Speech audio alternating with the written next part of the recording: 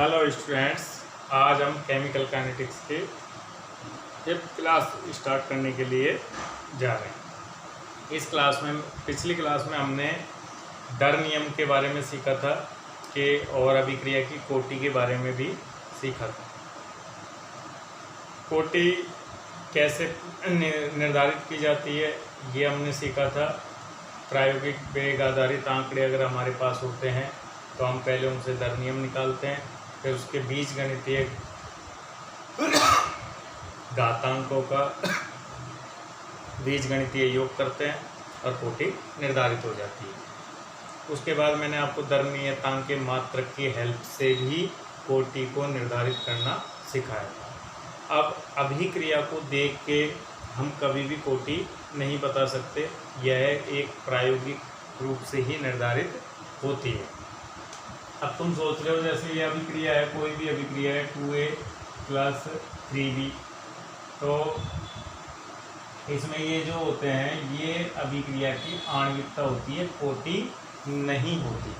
तो ये और हम समझ लेते हैं कि आणविकता क्या होती है। तो आणविकता के बारे में मैं आपको आज बता देता हूँ। आणविकता या मोलिक्युलरिटी,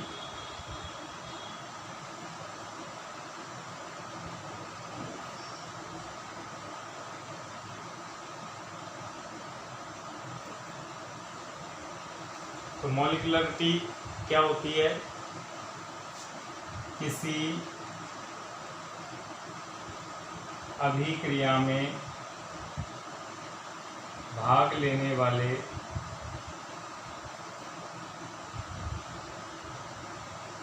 सभी अणु, परमाणु अथवा आयनों की संख्या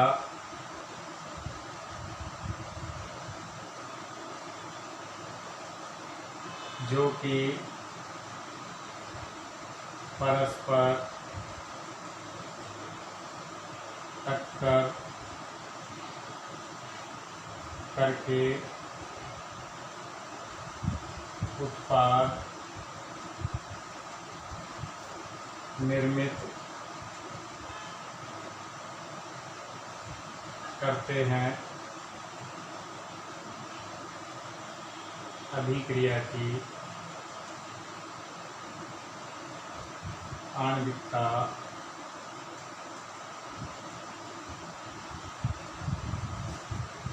कहलाती है।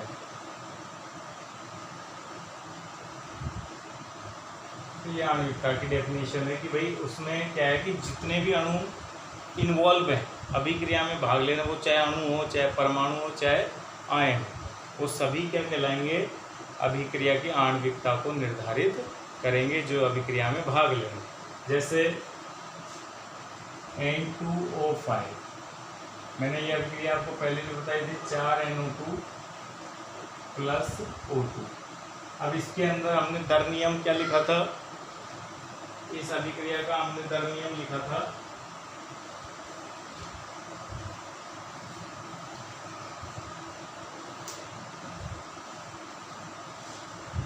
हमने दर नियम इसका लिखा था R = K N2O5 की पावर 1। तो ये पावर 1 इंडिकेट करती है कि इसकी कोटि क्या है? इस अभिक्रिया की कोटि है 1। मॉलिक्यूलर ऑर्डर ऑफ रिएक्शन क्या है? 1 है। लेकिन इसमें N2O5 के कितने मॉलिक्यूल भाग ले रहे हैं? 2। तो इसकी आणविकता क्या होगी बेटा? इसकी आणविकता हो गई है 2। तो इसका ये मीनिंग जा रहा है कि अभिक्रिया की आणविकता और मोलिकुलरिटी अलग अलग बात होती है। आणविकता और मोलिकुलर कोटि को आप एक ही नहीं माने, ठीक है। मैं दोनों में और भी अंतर बता देता हूँ कि आणविकता और कोटि में क्या क्या अंतर होते हैं। तो एक तरफ मैं लिख लेता हूँ आणविकता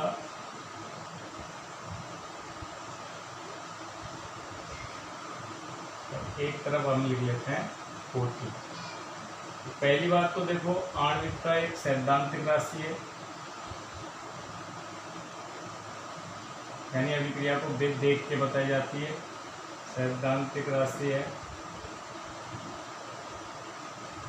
जबकि यह एक प्रायोगिक राशि है। आणविकता सैद्धांतिक है, ये एक प्रायोगिक राशि है। ठीक है, प्रायोगिक राशि है। इसी प्रकार दूसरा, आणविकता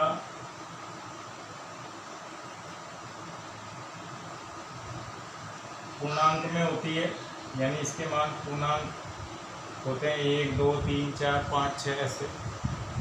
जबकि कोटि के बारे में यह है भिन्नात्मक, शून्यात्मक, शून्य भी हो सकती है,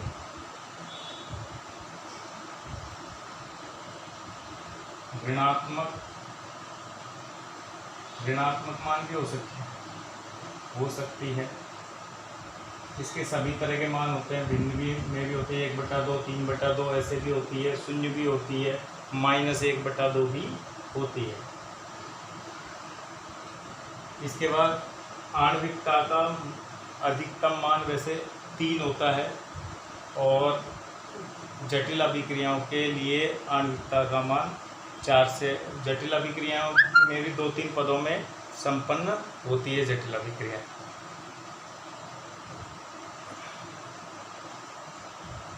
तो आणविकता का अधिकतम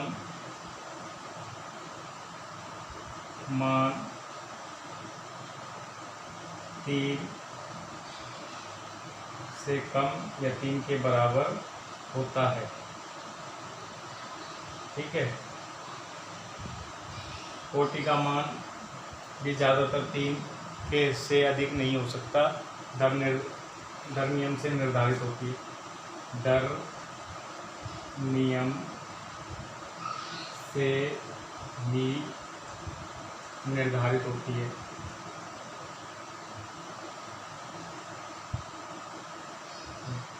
और अलग अलग जटिल अभिक्रियाओं के लिए बताई जाती है, जटिल अभिक्रियाओं के लिए नहीं बताई जाती। जटिल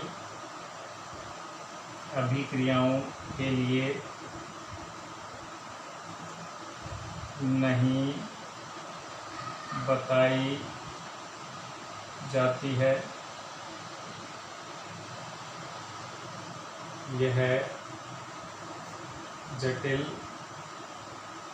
अभिक्रियाओं के लिए भी बताई जाती है।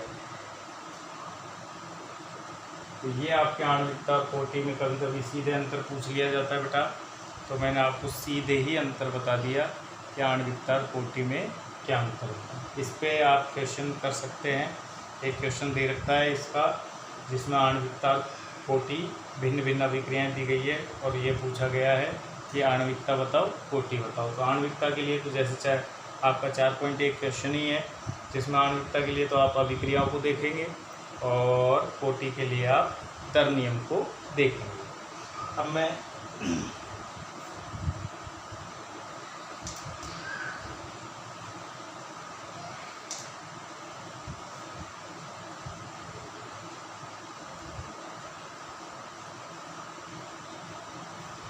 आपको ये बता देता हूँ कि जिस तरह से हम प्रयोग आधारित आंकड़ों से क्या बताते हैं, अवकलित दर नियम, जिसको दर नियम भी बोलते हैं और अवकलित दर नियम भी बोलते हैं, ठीक उसी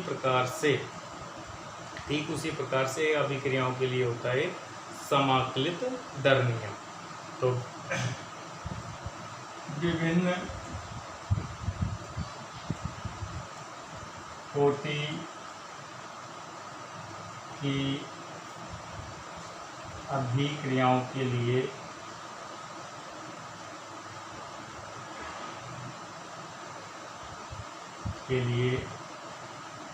समाकलित दर व्यंजक की गणना। तो जैसे अब तक हम अवकलित दर नियम की या दर व्यंजक की गणना कर रहे थे, अब हम करेंगे समाकलित दर व्यंजक की गणना। तो पहले मैं आपको उठा देता हूँ शून्य कोटि, और ये इम्पोर्टेंट भी है। इस बार 2021 में इससे क्वेश्चन बनेगा ही बनेगा, क्योंकि इस बार प्रथम कोटि से बना है, तो इस बार शून्य कोटि से बनेगा। शून्य कोटि अभिक्रिया। पहले तो शून्य कोटि अभिक्रिया की परिभाषा क्या है वो मैं आपको बता देता हूँ। वे अभिक्रियाएं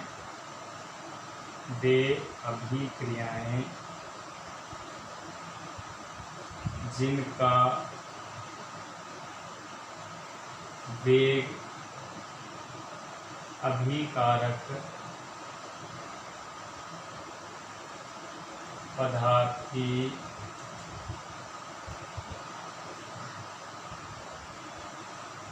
सांद्रता से स्वतंत्र रहता है तथा सदैव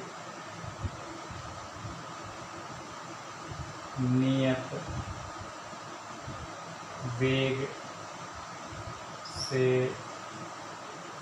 चलती हैं। शून्य कोटि अभिक्रिया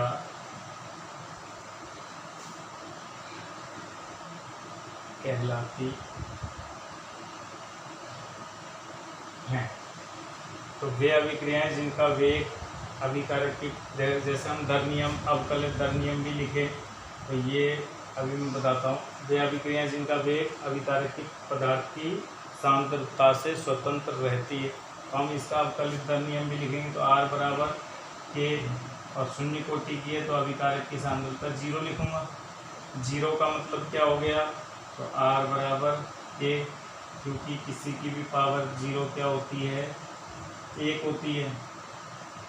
तो इसका मतलब ये हो गया कि अभिक्रिया का वेग सदैव क्या है, नियत है। अभिक्रिया का वेग अभिकारक की सांद्रता पर निर्भर नहीं कर रहा है, नियत है। इसलिए अभिक्रिया क्या कहलाएंगी, शून्य कोटि की अभिक्रिया, जिसका ये है अवकलित दर नियम। और हमें निकालना है समाकलित दर नियम निकालना है। तो कैसे निकालेंगे सीख लेते हैं।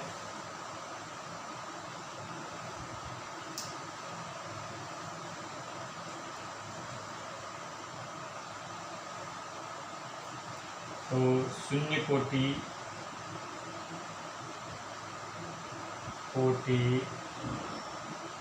अभिक्रिया के लिए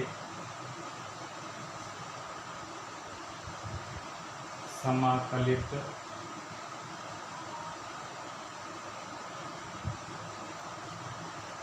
दर व्यंजक की गणना। तो समाकलित दर व्यंजक की गणना करने के लिए हम क्या करते हैं, मान लेते हैं। माना एक शून्य कोटि अभिक्रिया निम्न प्रकार से है।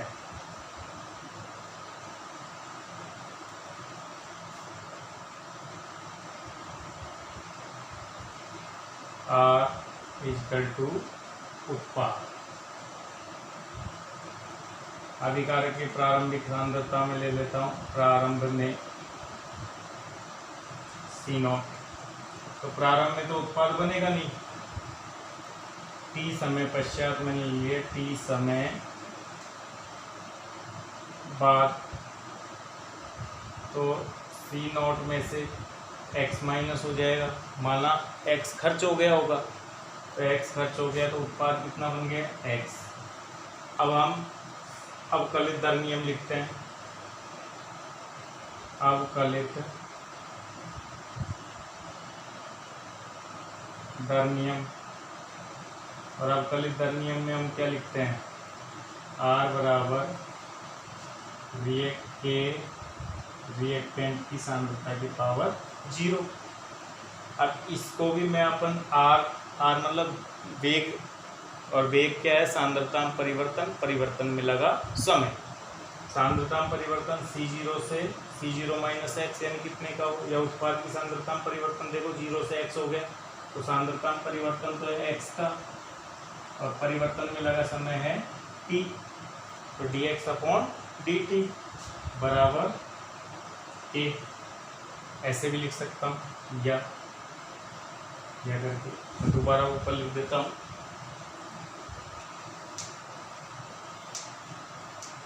तो मैं यहाँ लिख देता हूँ कि वेग नियम आया हमारा dx अपॉन dt, ये तो हो गया r बराबर a। अब हम, ये है अवकलित दर नियम, अवकलित दर नियम। इसको थोड़ा मॉडिफाई करके या करके क्या लिख सकते हैं, dx बराबर k, और dt को मैं इधर लिया है dt। कोई डाउट, ऐसे लिखने में कोई डाउट नहीं होगा। अब हमको समाकलित लिखना है, तो इसका समाकलन कर देते हैं। नियतांक का तो समाकलन होता नहीं, dx का समाकलन हो गया x, k का समाकलन होगा नहीं, और dt का समाकलन हो गया t, और c हो गया एक समाकलन नियतांक। यहाँ c क्या है,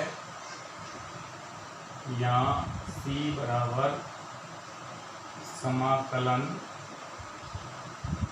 नियतांक है।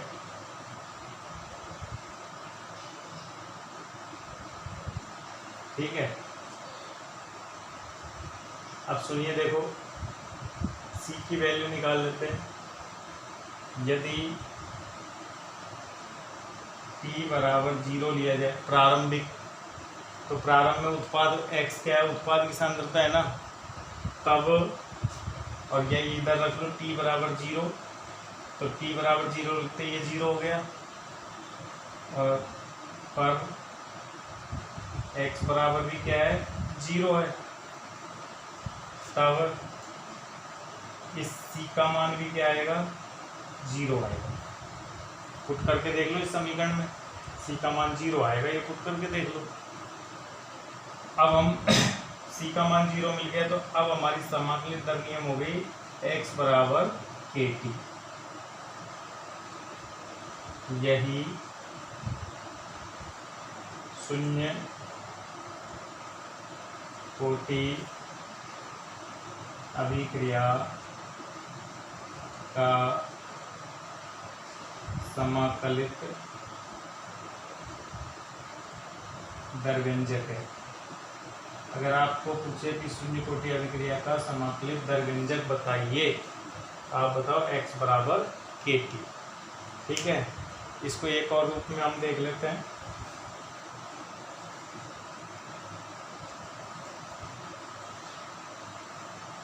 जैसे कि मैंने आपको अभिक्रिया ली थी R बराबर उत्पाद,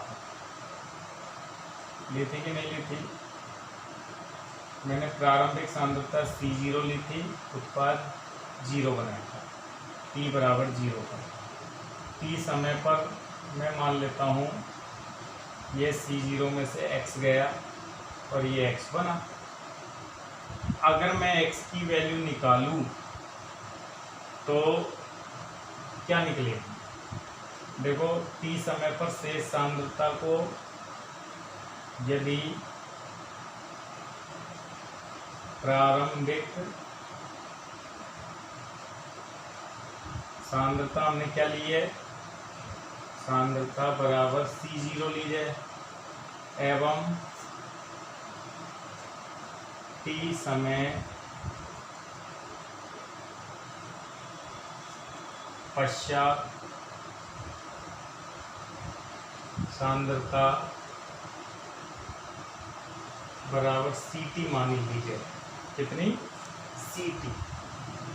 तो अब सी टी तो मैंने कब मानी है, टी समय पश्चात शेष सांद्रता। आपको प्रश्न दो तरह की सांद्रता देगा, कभी कभी इसको R0 भी लिख देता है और इसको RT भी लिख देता है, ठीक है। तो प्रारंभ में अगर प्रश्न यूँ कहे कि एक अभिक्रिया की प्रारंभिक सांद्रता C0 है या R0 है और टी समय पश्चात ये है, और हमारे अकॉर्डिंग कितनी है टी समय पश्चात, C0 माइनस एक्स। तो C0 माइनस एक्स बराबर यहाँ उसको क्या माना है, CT माना है या RT मान लेते हैं। तो x की वैल्यू क्या आ गई, x को उधर ले जाओ तो C0 माइनस CT आ गई x की वैल्यू। अब समाकलित दर नियम से, समाकलित दर नियम से मैं क्या लिख सकता हूँ, मैं लिख सकता हूँ x बराबर KT। तो C0 माइनस CT बराबर KT।